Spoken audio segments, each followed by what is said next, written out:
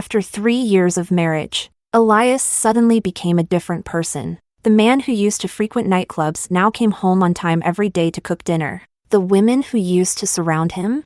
All gone, cleaned out of his life. Now, he watched my every expression carefully, afraid of making me even the slightest bit unhappy. Then, one day, he begged me to go to the hospital for a checkup. And in that moment, I knew he had been reborn. 2. Chapter 1. Elias rushed home without even taking off his suit. He went straight into the kitchen and spent 2 hours cooking. Finally, he set 8 dishes and a soup on the table. Bending down carefully, he placed a bowl of soup in front of me and softly said, "Julia, this is ginseng and pork tripe soup. It strengthens the spleen and nourishes the stomach. Try it and see if you like it." He watched me nervously. I took a small sip and nodded. Only then did he breathe a sigh of relief and sit down. "As long as you like it. Try this steamed yellow croaker stuffed with broth. I had it flown and fresh today. It's exceptionally tender." He picked up a piece of fish and placed it on my plate.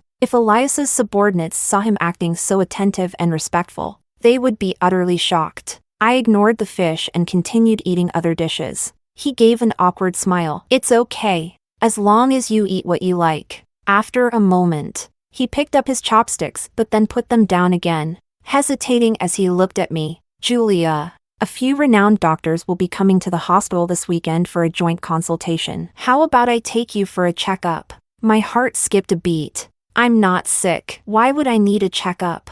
Are you hoping I am?" He panicked. "Julia, that's not what I meant. I should have taken you for a checkup a long time ago." I looked at him coldly and asked, "Elias, why are you suddenly so concerned about me?" He was stunned. After a long silence, he finally said, "You're my wife. Isn't it natural for me to care about you?" After speaking, he guiltily lowered his head and continued eating. He didn't need to say it. I already knew the reason. Because he had been reborn too. Chapter 2. A month ago, Elias changed completely. He used to spend every night drinking at bars, constantly making tabloid headlines with scandals involving celebrities under his company. When he came home in the middle of the night, he would deliberately wake me up and lash out at me. I knew he was testing me, waiting for me to surrender and beg for his affection. But I refused, because I was his wife, not a toy he bought to amuse himself. So,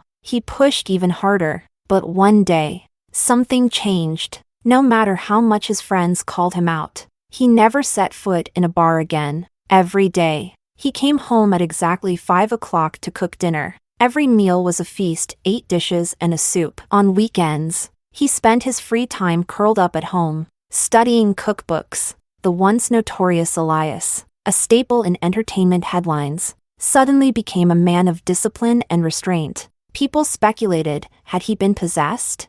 Only I knew the truth. When he thought I wasn't looking, his eyes lingered on me with an insatiable, almost desperate hunger, as if I might disappear at any moment. At night, while I slept, he secretly held me in his arms, stroking my hair, murmuring my name over and over again. When I stared at our wedding photo in a daze, he would turn his face away and discreetly wipe away his tears. I had a suspicion, but it was too absurd to believe, until tonight, when he suggested taking me for a checkup at dinner. That's when I knew for sure he had been reborn too. In our past life, I had wasted away in a hospital bed. He knelt by my side, apologizing over and over, begging me not to leave. But it was too late, the cancer had spread. Even the world's top doctors couldn't save me. In the end, I closed my eyes for the last time in his arms, his tears streaming down my face. I never expected that when I opened my eyes again,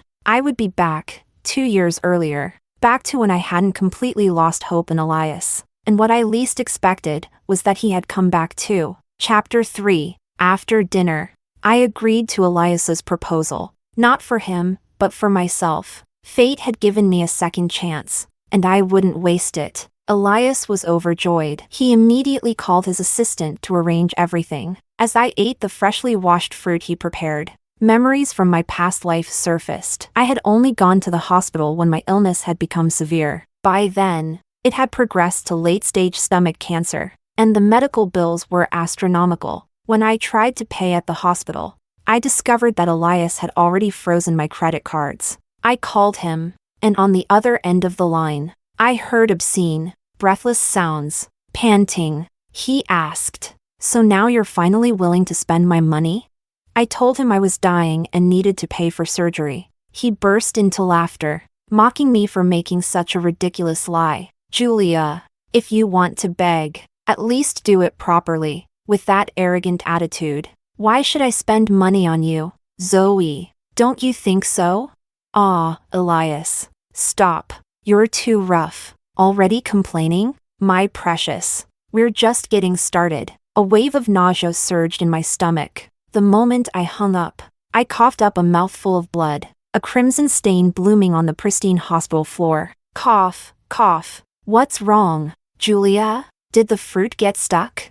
Elias had just ended his call and walked over, patting my back. "It's my fault. Next time, I'll cut the fruit into smaller pieces for you, so you won't choke." I brushed his hand away and lowered my head, avoiding his gaze. I didn't want him to see the hatred in my eyes. I didn't want him to know, at least, not yet, that I had been reborn too. I would torment him, grind him down. Did he think he could easily make amends and mend what was broken?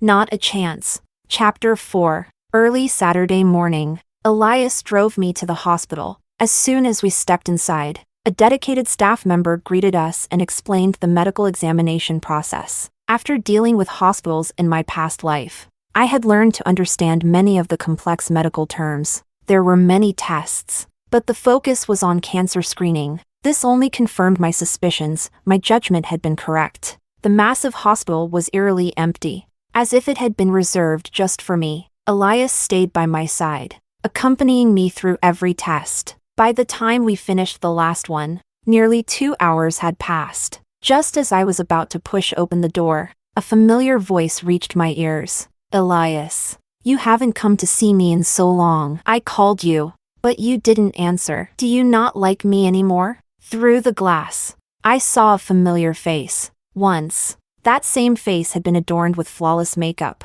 back when I had just finished a round of chemotherapy and lay weakly in my hospital bed. She had leaned close to my ear, her eyes dark with restrained hatred, like a venomous snake flicking its tongue. She whispered that she was 3 months pregnant, that once I died, she and Elias could finally have their perfect little family. As I stared at her in disbelief, she seemed to revel in my pain, her lips curling into a slow smile. From a quiet chuckle, her laughter gradually swelled into something wild and unhinged. Her twisted expression was a far cry from the public image of the one and only goddess of the entertainment industry. But now, she was still just a rookie actress under Elias's company, not yet the A-list celebrity he would one day make her. Her hair was tied up in a ponytail, and she wore a tracksuit, looking every bit the fresh-faced newcomer. I pushed open the door just in time to see her pressing close to Elias on the bench. Elias shot up from his seat, looking visibly panicked. "Julia, are you done with your checkup?" And this is? She's just a minor actress from my company." "Julia, let's go home." Elias quickly draped a scarf over my shoulders. "It's windy outside. Be careful not to catch a cold." A flash of resentment flickered in her eyes, but she quickly masked it with a sweet smile. "You must be Mrs. Sinclair. I'm Zoe, an actress under Elias's company. I'm 20 years old and currently studying acting at a university. I got injured on set, and my boss personally arranged for me to receive treatment at this hospital. You're truly stunning. The boss talks about you all the time." She smiled smugly, her words laced with provocation. I responded with a gentle smile but said nothing. Elias watched me nervously. "Julia, let me explain." I cut him off. "Miss Zoe, please continue your treatment. We'll be heading home now." Chapter 5. On the way back, Elias kept stealing careful glances at me while driving.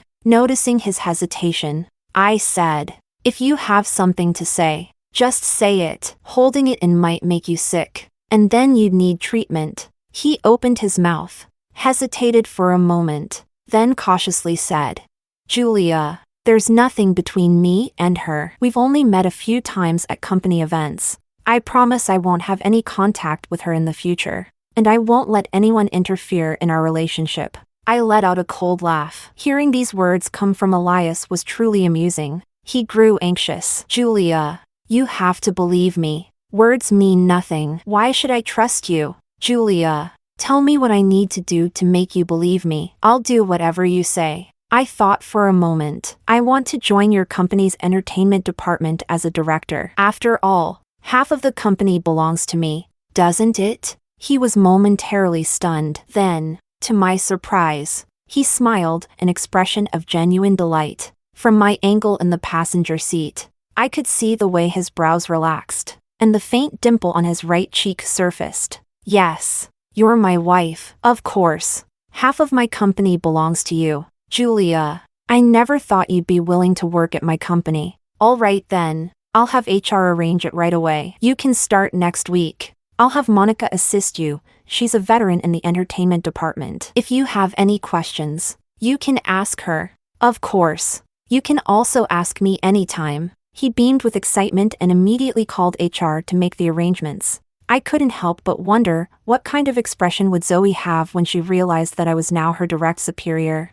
Chapter 6. When we got home, Elias went into the kitchen to make dinner, and I received a video call from my parents. Their faces were squeezed together on the small screen, excitedly telling me about the delicious food they had eaten and the places they had visited recently. Listening to them, I felt a warmth rise in my eyes. Being able to live again, to see my parents once more, what a gift. Julia, why do your eyes look red? My mom's face was filled with worry. I sniffled. It's nothing. Just a little cold. What were you saying just now? Julia, do you remember Uncle Pablo? Your dad's friend. He opened a resort in the mountains and invited your dad and me to the grand opening tomorrow. We'll be staying there for a few days. My dad added. That's right.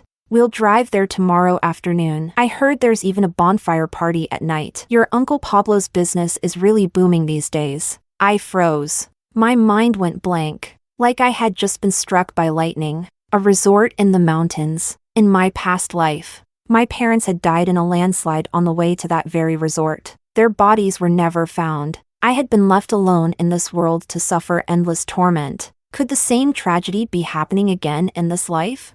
Julia! Julia! Huh? Mom, I'm listening. What's wrong with you?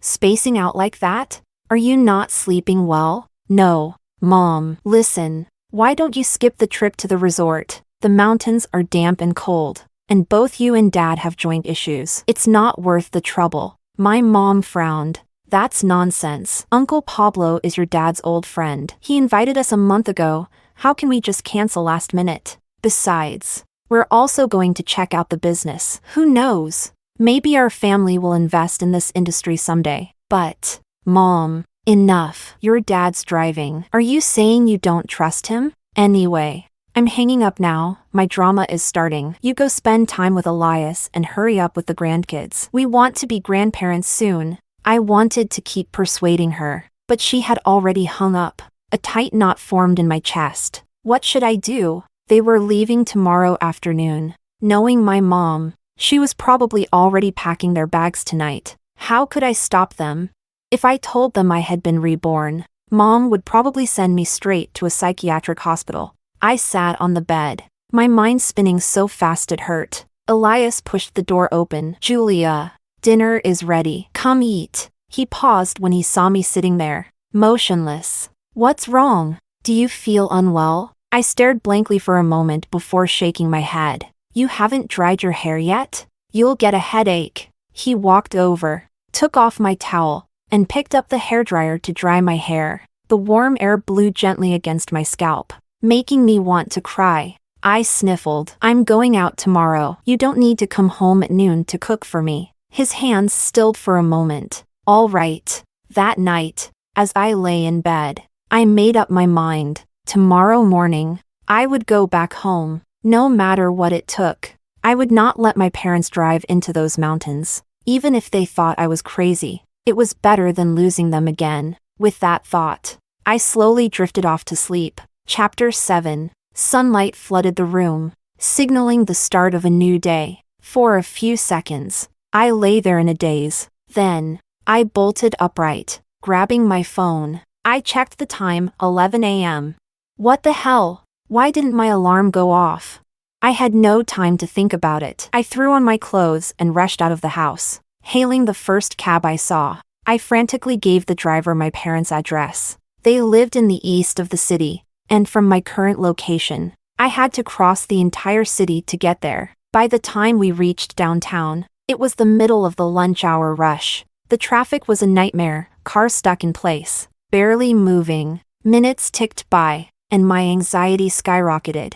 I leaned forward, my voice urgent. Driver, how much longer? He absent-mindedly tapped his fingers on the steering wheel. No idea. Look at this jam, been stuck here 5 minutes. Haven't moved an inch. I yanked out my phone and called my mom. The phone rang and rang, but no one answered.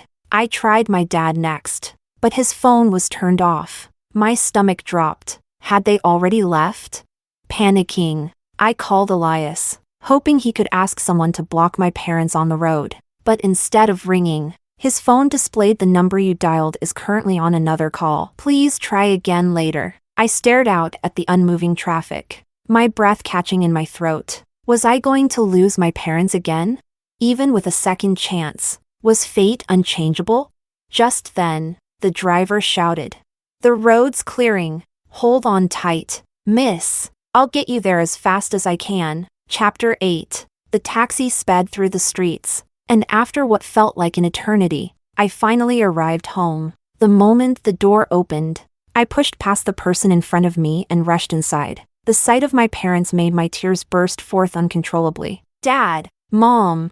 I threw myself into my mother's arms, sobbing as if I wanted to pour out all the grievances I had suffered in my past life. What's wrong, Julia? What happened? I could barely catch my breath between sobs, unable to form a single coherent word. A familiar voice suddenly cut in, rescuing me from my struggle. Dad, Mom, Julia just missed you both. It's been too long since she's seen you. Silly girl, if you missed us, just come home. It's not like you don't know where we live. I lifted my head and saw Elias standing firmly in the middle of the living room, still wearing an apron. Elias didn't go to the office today. He insisted on coming over to cook for us. I hesitated before asking, "So, you're not going to Uncle Pablo's resort anymore?" My dad waved his hand dismissively. Nope. That guy Pablo heard that Elias was cooking and decided he'd rather come to our house for a free meal. He says his son-in-law's cooking is so bad that he'll probably never get to eat a proper meal in this lifetime. Elias chuckled and turned toward the kitchen. Dad, Mom, you chat with Julia. I'll finish up the meal, it'll be ready soon. All right. At the dining table, I gnawed on a pork rib while my mom praised Elias's cooking. After learning that he had been handling all my meals, she showered him with even more compliments. My dad then started talking about Uncle Pablo's son-in-law again, calling him an incompetent fool who had no career ambition and was constantly causing chaos at home. Compared to him, our son-in-law is much better. Elias's face turned redder and redder, but he proudly declared, "From now on, I'll bring Julia home every weekend and cook for you both." My parents were overjoyed, completely won over. They even started talking about how we should have a baby soon, so they could melt down their family's gold jewelry to make a longevity locket for their grandchild. Elias happily agreed, but at the mention of a baby, I froze. A child, even after living 2 lives. That was still an unfamiliar concept to me. Chapter 9. After lunch, Elias played chess with my dad while I watched TV dramas with my mom. The warm afternoon sunlight filtered in just right. As dinner time approached, the TV suddenly interrupted its programming with a breaking news report. A sudden landslide has occurred at Qingyan Mountain. Several private vehicles have been buried, and multiple people are trapped. Rescue operations are currently underway. The news anchor's voice echoed through the room, each word striking my heart like a hammer. Oh my, isn't that the mountain where your Uncle Pablo's resort is? Come look! My mom called out anxiously. My dad hurried over. What's wrong? Look! Isn't this where Pablo's resort is? Qingyan Mountain. My dad's face instantly turned pale, clutching his chest. He collapsed onto the sofa. Julia, get your dad's medicine. My mom frantically rubbed my dad's back, trying to calm him down. I quickly grabbed the pills from the coffee table and handed them to him. After a while, he finally regained his breath. Elias immediately called for a private doctor. Once my dad was checked and cleared of any serious issues, Elias helped him to bed to rest. My mom held me tightly, her hands trembling as she murmured in shock, "Julia, thank goodness you and Elias came today. I don't even want to think about what could have happened if you hadn't." I hugged her back. "Mom, it's okay. We're all safe now. Go get some rest too. Elias and I are staying the night. We won't be leaving." She nodded. "All right. Having you two here puts my heart at ease. You should both get some sleep too." Chapter 10. Elias and I returned to the bedroom. "I'm going to take a shower first." I turned my back to him and walked toward the bathroom. "Julia." He reached out and grabbed my arm. I turned around. Meeting his gaze, his eyes were filled with pain. "Julia, it's okay now. Your parents are safe. For the next month, I'll have people secretly protecting them. You don't have to worry. I will always protect you and your parents, forever." His intense gaze said more than words ever could. I nodded and looked away. "Thank you, for today." The moment the hot water hit my skin, I finally let go of my fear. Not everything was unchangeable. This time, my parents didn't leave me. This time, they would stay with me, forever. After turning off the lights, I lay in bed. Moonlight seeped through the curtains, casting a faint glow in the room. I faced away from Elias, listening to the restless sound of him tossing and turning. "Can't sleep?" He froze. Moments later, I felt warmth creeping closer from behind me. "Julia, I need to tell you something."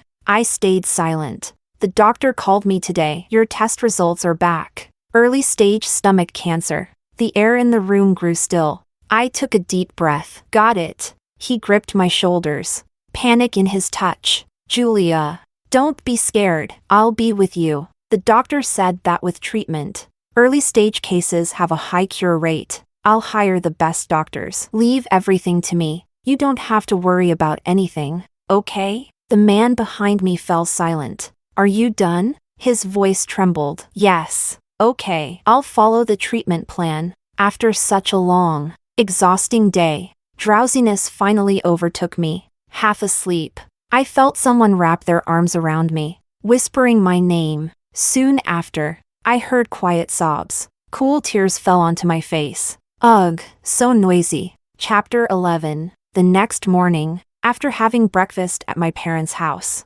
Elias and I headed home. When we arrived, the doctor Elias had arranged was already waiting for us. Once inside, he walked us through the treatment plan. The primary approach would be conservative treatment to suppress tumor growth. If the results weren't satisfactory, surgery would be performed as soon as possible. Since the cancer had been caught early, the chances of a full recovery were promising. As the doctor explained everything, Elias clasped my hand tightly. "Julia, don't be afraid. I'm here." I wasn't afraid. After all, in my past life, I had endured everything alone in the hospital without fear. This time, I had even less reason to be afraid. After the doctor left, Elias's assistant arrived to report on work matters, including the transition of the entertainment department. Entertainment was a crucial division of Elias's family conglomerate and had been the foundation of his empire when he started from scratch. For years, he had managed the department personally. Now,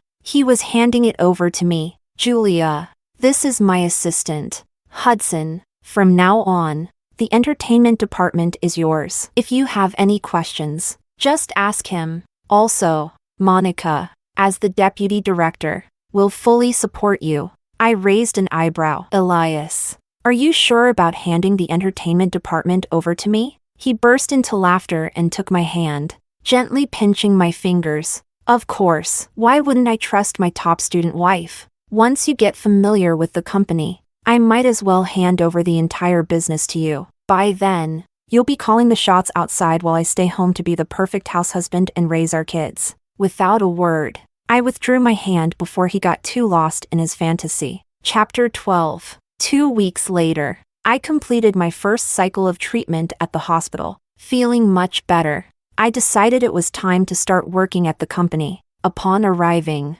I was first introduced to Monica. She gave me an overview of the entertainment department and arranged for a secretary to assist me. After sending her off to handle her tasks, I spent the rest of the day in my office reviewing documents. As the end of the workday approached, I stepped out to use the restroom. While inside, I suddenly heard muffled sobbing from one of the stalls. Who's crying?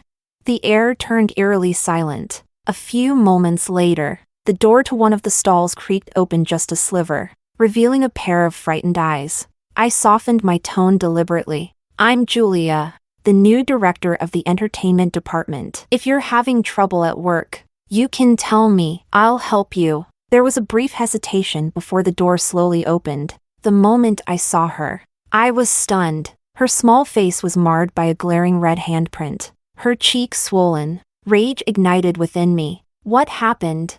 It happened during acting practice. Her eyes darted nervously, clearly avoiding the truth. I led her back to my office, poured her a cup of warm water, and gently reassured her. What's your name, sweetheart?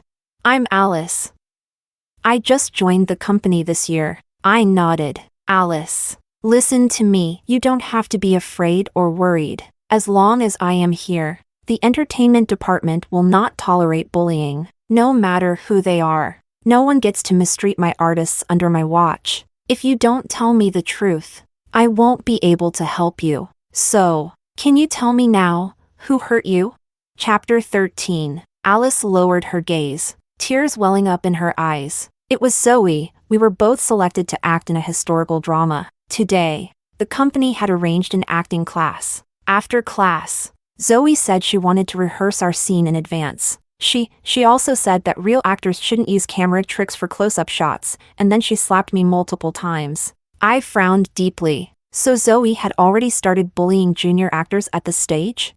But something didn't add up. She was still a rookie herself, not the big star she would become later. Where did she get the audacity to act like this? Does she treat everyone this way? Or was she targeting you specifically? Alice hesitated before whispering.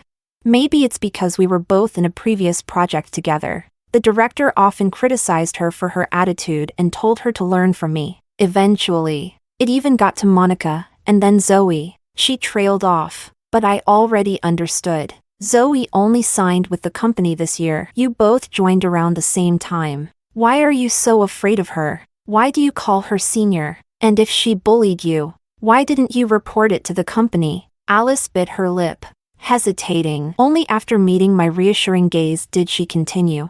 Because Zoe has the best resources among all of us rookies. Everyone says, they say she has someone backing her up. I let out a cold chuckle internally. So that was it. Her backer was obviously Elias. I had my secretary pull the surveillance footage from the acting classroom to confirm Alice's words. On the screen, only Zoe and Alice remained in the classroom. Every slap from Zoe was clearly meant to vent her frustration. Then, she deliberately messed up her lines, forcing Alice to repeat the scene over and over again. Her smug expression, the way she handled the whole thing, it was obvious this wasn't the first time. A wave of fury burned in my chest. Trash like her, and she dares to dream of being a star? I immediately called Monica into my office. After watching the footage, her expression darkened. Boss, this is my failure. I should have kept a closer eye on the artists. I raised a hand, cutting her off. Let's focus on fixing the issue first. Monica nodded. I suggest issuing a formal reprimand within the company. Would you approve? I responded. A reprimand alone isn't enough, since she's been given top-tier resources until now. Let's see how she fares without them. Negotiate with the production team. Alice will take the lead role in the drama. As for the role Alice was originally cast in, give it to Zoe. She's been the star long enough. It's time she learns how to play a supporting role. Alice broke down in tears, thanking me over and over. I smiled. Work hard. People who are serious about their craft deserve a chance. Chapter 14. What I didn't expect was that the next day at work, Zoe caused a scene at the company. Why the hell did you replace me? Do you even know who gave me the lead role? How dare you mess with me? Do you know who's backing me? Who's the B*TCH that dared to do this to me? Step forward. Standing at the edge of the gathered crowd, I spoke slowly and deliberately. I'm the one who had the production team replace you. Got a problem with that? Heads turned in unison, and the crowd instinctively parted to clear a path for me. Zoe whirled around. The moment she saw me, a flicker of malice flashed in her eyes before she quickly masked it with a pitiful expression. Oh, it's Julia. I know you're the boss's wife. I've been close to Elias recently, so it's understandable that you'd be jealous. But this is a company. There are rules to follow. Outsiders have no right to interfere in company matters. You're just using personal grudges to get back at me. I wonder what Elias would think if he found out. Silence fell over the office like a suffocating fog. No one dared to speak. I let out a cold laugh, calmly placed my bag down, and took a seat. Hudson, bring the laptop over and replay yesterday's video. As the surveillance footage played, Zoe's face turned pale, then red, then purple, an absolutely fantastic display. I leaned back, my tone unhurried. First, I'm not an outsider. I'm the newly appointed director of the entertainment department. From now on, all matters, big and small, fall under my authority. Second, this isn't personal revenge. You're being punished because you broke company policy. The company has zero tolerance for bullying. Being an entertainer is just a profession. No one gets to abuse others just because they wear the title of a celebrity. And lastly, since you care so much about Elias, why don't I call him over and see what he thinks about all this? I pulled out my phone and dialed Elias. The call barely rang before he answered. His voice filled with warmth. Wifey, what made you think of calling me? Elias, come to the entertainment department now. All right, baby, I'm on my way. As I hung up, I heard someone in the crowd sharply inhale. Then, whispers broke out all around. No way, was that really Elias? Why did he sound so whipped? You don't get it. They're a legit married couple. It's normal for them to be sweet. So Elias is actually under his wife's control? Zoe's doomed now. Didn't people say Zoe had someone backing her? Some even claimed it was Elias himself. Shoo, don't spread rumors.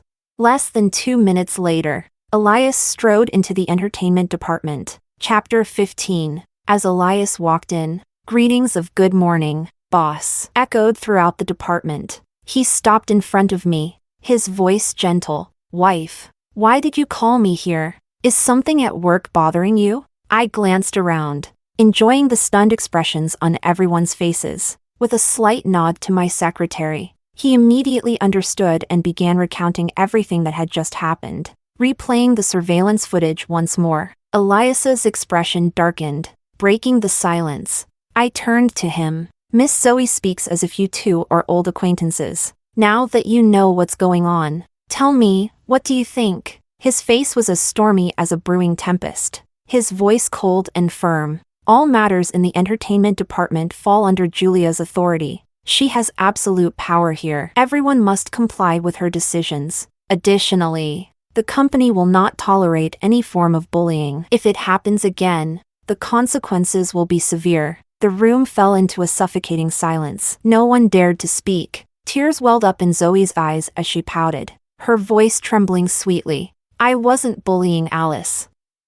I just wanted to practice my acting more so I could perform better. Boss, this role, you gave it to me. Did you forget? Why did you suddenly stop liking me in such a short time? Did I do something wrong? Please tell me. I'll fix it. I don't know why Julia dislikes me. I only love you. I just want to be good to you. That's all. Why is everyone bullying me? Zoe sobbed pitifully. I sat back, watching Elias with amusement. His expression kept shifting, and he nervously glanced at me. Because Zoe wasn't wrong, Elias had indeed given her that role. A few months ago, he had likely intended to promote her, only to suddenly cut her off a month ago when he was reborn. From Zoe's perspective, it truly must have felt like he had lost interest overnight. Suddenly, Zoe shrieked, her voice sharp with rage. B*TCH. Did you poison Elias against me? He promised to support me. Why did you take my role? Why? Before I could react, she lunged at me. A shadowy blur rushed toward me, knocking me off my chair and sending me sprawling to the floor. My vision spun, my stomach twisting in pain. Elias ripped Zoe off me and threw her aside, Security rushed in and immediately restrained her. Elias knelt beside me, his voice laced with anger as he helped me up. Violence will never be tolerated in this company. Since you refuse to repent, the company has no choice but to terminate your contract. Find your own way elsewhere. Zoe was dragged away by security, screaming Elias's name the entire time. Elias pulled me into his arms, his voice filled with remorse. I'm sorry, Julia. I didn't protect you. I'm taking you to the hospital right now. Chapter 16. That same day, I was admitted to the hospital. My injuries weren't severe, but the doctor recommended surgery for my cancer. During the days leading up to the operation, Elias practically moved his entire office into my hospital room. He held meetings beside me, reviewed documents beside me, even discussed work beside me. I finally had enough. Elias, go back to the company. The doctors will handle the surgery. You're not needed here. He lifted his head and stared at me, completely shocked. Wife, you don't like me being here with you? Are you still mad at me? The company already terminated her contract. And from now on, she'll never get any resources from us again. If you don't believe me, I'll have Monica report it to you personally. I pressed down on his hand before he could send the message. I believe you. I believe you. Now, can you please just be quiet for a while? Chapter 17. On the day of the surgery, the sun was shining brightly, filling the hospital room with warmth. Elias paced back and forth, mumbling to himself. I thought back to my previous life, to the days I spent alone undergoing chemotherapy. The sky was always gray back then. The hospital room was unbearably cold. I had lain on that bed, waiting for death's footsteps to reach me. Julia, once your surgery is done, let's go on a trip.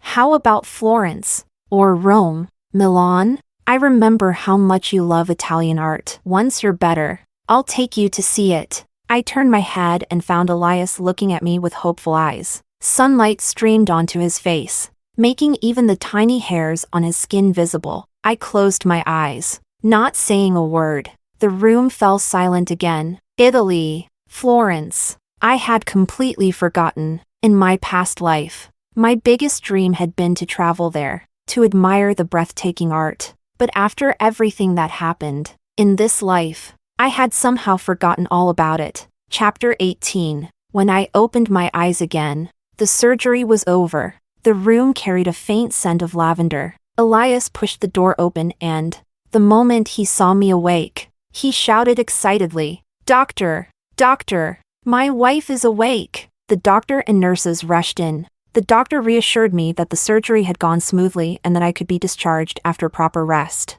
I nodded in thanks. Finally, I could focus on my own life. A fresh start. Originally, I was supposed to be discharged in a month, but Elias insisted I stay 2 more months in the hospital. By the time I was finally allowed to leave, I felt like I was going to grow moss from being indoors too long. Standing at the hospital entrance, I waited for the driver to bring the car. May roses were in full bloom. I took a deep breath. The roses smell so lovely. Elias draped a shawl over my shoulders. Wife, wait here. I'll pick some flowers for you. He walked over to the flower bed, carefully selecting 2 red roses. Then, as he strolled back toward me, he lifted his arm and waved. Suddenly, his face changed, and he sprinted toward me. Julia, move. I turned my head just in time to see a black car speeding toward me. In an instant, a powerful force shoved me aside. Then, bang, darkness swallowed everything.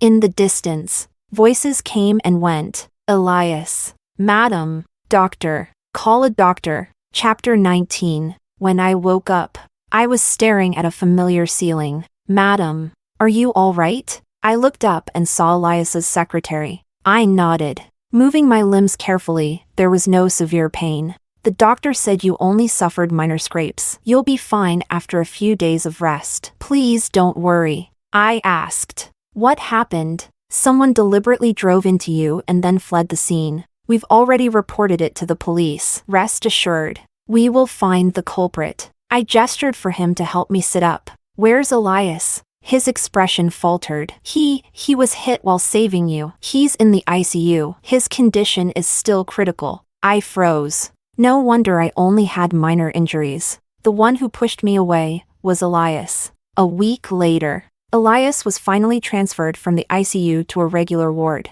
With the company's workload piling up and Elias suffering multiple fractures, he was completely unable to handle business matters. His secretary, Hudson, approached me with company documents. "Madam, the boss instructed us beforehand if anything happened to him, you would be in charge of the company." I looked at Elias in shock. He forced an awkward, ugly smile. "But I've never done this before." "It's all right, madam. The boss told us to guide you. Anything you don't understand, I will explain." "All right then." I took the documents, and before I knew it, I had been working for half a month. Now, I was practically living in the hospital. Hudson had been running back and forth between the hospital, the company, and the police station. Chapter 20. One afternoon, the nurse was changing Elias's bandages. I was handling work documents when Hudson, the secretary, walked in. His expression was unreadable as he glanced at Elias. Elias didn't hesitate. "Hudson, just say it. No need to hold back." "Understood. The investigation is complete. The driver who tried to run over Madam was Zoe. She has confessed to the crime." A heavy silence filled the room. After her contract with the company was terminated, her career plummeted. She had a rough time. She tried to return to the company several times but was rejected each time. Later, she found herself attached to the boss of another entertainment company, gaining some decent resources. However, the man's wife found out, caused a huge scandal, and beat Zoe so badly she ended up in the hospital. Eventually, she was kicked out, completely out of options. That's when she convinced herself that if she hurt Julia, she could force her way back into the company. Fortunately, boss, you saved Madam, and she didn't succeed. We are proceeding with legal action to ensure she faces the consequences she deserves. Zoe. So, it was her. Karma had come full circle. Elias nodded. "Hudson, step outside. I need to talk to Julia." "Understood. But, there's one more thing." "Speak." Zoe caused a huge scene at the police station. She kept screaming something about being reborn and demanded to see you. She said she won't plead guilty unless you meet her. The air in the room froze. For a moment, neither Elias nor I spoke. Then, his voice turned icy. "I won't see her. From now on, I don't want to hear anything about her again." "Understood. I'll take my leave." Chapter 21. After the secretary left, neither Elias nor I spoke. Finally, he broke the silence. "Julia, I'm sorry. I dragged you into this. I'm just relieved that the one lying here isn't you. If something had happened to you, I wouldn't know how to atone for it." I stared at Elias, wrapped in bandages like a cocoon, and said nothing. "Julia, I know the pain I caused you in the past. Even if I lived 10 lifetimes, I could never make up for it. I'm willing to give you everything I have. All I ask is a sliver of pity, just enough to let me stay by your side and atone for my mistakes. Julia, please, take a look at this document." He weakly lifted his arm and pointed toward a folder on the table. I opened the envelope. Inside were 2 documents. One was a property transfer agreement, the other, a divorce agreement. I looked up at him, shocked. Elias had built his empire from nothing in both this life and the last. His career and wealth were the things he valued most. And now, he was willing to give it all up? He smiled weakly. "Julia, I had these contracts drafted the moment I woke up from surgery. I've already signed them. If you sign too, they take effect immediately. I voluntarily transfer all my assets to you, including my shares in the company. The other document is the divorce agreement. I will leave with nothing, and I will spend the rest of my life working for you, free of charge. I know this doesn't even begin to make up for what I did to you, but this is the most sincere gesture I can offer. I just want you to live a happy life this time." I carefully reviewed the documents. They were exactly as he described. After a moment of silence, I asked, "When did you realize I was reborn?" He flinched and lowered his gaze. "That day at your parents' house, when you ran in, terrified. I knew then, but I was too afraid to ask. I was scared you'd run away. I couldn't bear to lose you again." I'm sorry for failing to protect you and your parents in the past. I picked up the pen and signed both documents. I accept all of this, but don't think you'll ever get my forgiveness. I can't pretend the past never happened. You want a fresh start? Forget it. I'll take the assets and shares, but you will remain CEO. This company is your creation. After all, besides, I have many things I want to do in this life. I don't have time to manage the company. Once you recover, I'm leaving. He struggled to sit up, panic flashing in his eyes. Wife, are you leaving me? Where will you go? I smiled and replied. To Italy, Florence, to finally see the art, the architecture, to walk its streets and meet its people. Maybe I'll travel elsewhere too. There are so many places in the world I haven't seen. His expression darkened as he sank back into the bed, whispering, then, maybe I should take longer to recover. This second chance at life wasn't given to me to stay entangled with someone. It was given to see the world, experience life, and find happiness, or perhaps, to find myself. Chapter 22. 1 year later. Florence. I stepped out of the Academia gallery and sat on the steps of the square, basking in the afternoon sun. My phone buzzed incessantly with notifications, all from Elias. Wife. I was so busy with work today that I didn't even have time to eat. Wife. It's been raining non-stop here. My leg is hurting again. Wife. The investors and board members were giving me a hard time today. Wife. Is Italy fun? When are you coming back? Wife. Next time. Let's go to the beach together, okay? I remember you love the ocean the most. I silenced the notifications and set my phone to mute. A cheer erupted from the crowd. I looked up. A couple dressed in a pristine white suit and wedding gown walked past, stirring excitement in the square. Voices from different languages carried warm blessings through the air. They looked like the happiest people in the world. Unconsciously, the corners of my lips lifted into a smile. In the distance, the sun began its descent. Florence, this sun-drenched city of blue skies, glowed with an unparalleled beauty under the golden hues of dusk. The grandeur of ancient Roman architecture stood in stunning contrast to the colorful stained glass windows, which reflected a mesmerizing glow. Majestic castles towered over the city, standing as timeless guardians of this mysterious and breathtaking land. White doves soared freely into the sky. Somewhere, the scent of grapes drifted through the air. Nightfall crept in, one light flickering on after another. Music began to fill the streets. My life was only just beginning.